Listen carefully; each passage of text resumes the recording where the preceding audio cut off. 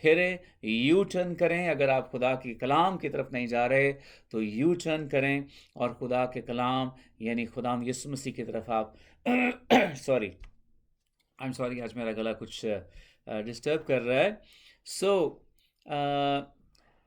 یہ وہ جو کلام بھیجتا ہے وہ خدا باپ ہے، یہوہ الوہیم ہے، اور وہ جو اس نے جس کلام کو بھیجا ہے وہ کلام اس کا کلمہ ہے، یعنی اس کا بیٹا ہے جو شروع سے ابتدا سے ایٹرنلی کنٹینیولی ہمیشہ سے خدا باپ کے ساتھ ہے. اب میں اس کے صرف 3 پہلو اس آیت میں سے زبور 107 اس کی 20ویں آیت کے صرف 3 پہلو آپ کے سامنے رکھنا چاہتا ہوں. اس کے بے شمار سینکڑوں پہلو ہیں ایسے جو بیان کیے جا سکتے ہیں، مگر آج ہم صرف اور صرف اس کے 3 پہلو کس طرح سے خدا کے کلام میں، بائبل میں، وچن میں خدا کا کلام کن صورتوں میں نازل ہوا، جن لوگوں پہ نازل ہوا ان کی سچویشن میں اس کا کیا اثر تھا، اور پھر میں اور آپ اس میں سے اپنے لیے کیا پیغام لیتے ہیں، کس طرح سے ہم سمجھتے ہیں، سیکھتے ہیں کہ خدا کے وچن کا میری اور آپ کی زندگی میں کیا مقصد ہے. جب ہم اس کو بریک ڈاؤن کرتے ہیں، پہلی بات میں نے آپ کو بتائی کہ انگلش میں جو لفظ استعمال کیا گیا ہے ہی سینٹ، وہ ایک ورڈ ہے ہیبرو میں، وہ 2 لفظ نہیں ہے. لہٰذا جب خدا باپ یہوہ الوہیم اپنے کلام کو بھیجتا ہے شفا کے لیے، تو یاد رکھیں کہ وہ خود آ رہا ہے، ہاللویہ، وہ خود موجود ہو رہا ہے، وہ خود اپنی ساری الوہیت کے ساتھ، اپنی ساری قدرت کے ساتھ، اپنے سارے جلال کے ساتھ اپنے کلمے میں آ رہا ہے. یہ معمولی سی بات نہیں ہے کہ آپ نے ایک لفظ کو، ایک آیت کو اٹھا لیا اور اس کو پڑھ لیا اور اپنے ذہن میں ہم نے سوچ لیا بس ٹھیک ہے شاید کچھ ہو جائے گا، دعا ہو گئی. بٹ یاد رکھیں کہ جب وہ اپنا کلام دے رہا ہے، نازل کر رہا ہے، بھیج رہا ہے، اس کلام میں وہ موجود ہے، اس کلمے میں وہ موجود ہے. You have something to say? ہمیں اس کو اپنے ذہن میں رکھنا ہے، جب خدا اپنے کلام کو بھیج رہا ہے وہ اس کلمے میں، وہ اس اسکرپچر میں، وہ اس کلام میں موجود ہے. اور ہم دیکھیں گے آگے چل کے کہ کیوں میں اور آپ، کیوں انسان، کیوں لوگ خدا کے کلام کو ریزسٹ کرتے ہیں، کیوں ان کو اتنی مشکل ہوتی ہے صرف بائبل پڑھنے میں، ان کو مشکل ہوتی ہے. اور ہم آج اس کی وضاحت کو دیکھیں گے اور اس کو سمجھنے کی کوشش کریں گے. لہٰذا جو پہلا ورڈ ہم دیکھتے ہیں، جب آپ ہیبرو بائبل کو پڑھتے ہیں، ہیبرو بائبل کے جو الفاظ ان پر توجہ دیتے ہیں، ہیبرو بائبل کا جب آپ ترجمہ لیتے ہیں انگلش میں یا اردو میں یا کسی بھی زبان میں، تو بعض اوقات ہمیں ایک ہی لفظ ہمیں ملتا ہے، مگر اس لفظ کے بے شمار ترجمے ہوتے ہیں. اس لفظ کی انٹرپریٹیشن جو ہے وہ فرق طریقوں سے کی جا سکتی ہے، کیونکہ ہماری زبانیں جو ہیں وہ محدود ہیں. ہماری انگلش محدود ہے، ہماری اردو محدود ہے، ہماری ہندی محدود ہے، مگر ہیبرو میں بہت زیادہ ڈیٹیل ہے. اور پھر اگر آپ خدا کے کلام کی بات کریں تو خدا کا کلام جو ہے وہ انلیمیٹڈ ہے اور اس کو بے شمار زاویوں سے دیکھا اور سمجھا جا سکتا ہے. اب جب یہ پہلا ورڈ ہم لیتے ہیں ٹو سینڈ، اس میں اور کون سے مطلب نکلتے ہیں؟ اس میں جو سب سے بہترین مطلب نکلتا ہے ٹو لیٹ فری، اور بھی اس کے مطلب ہے سینڈ، سینڈنگ، لیٹ، لیٹنگ، گو یعنی لیٹ گو، اور putting forth، sent away، go، put، stretch، lay، cast. یہ سارے کے سارے اس کے مطلب ایک لفظ کے مطلب نکلتے ہیں، اور ہم ہر لفظ کو لے کے الگ الگ اس پہ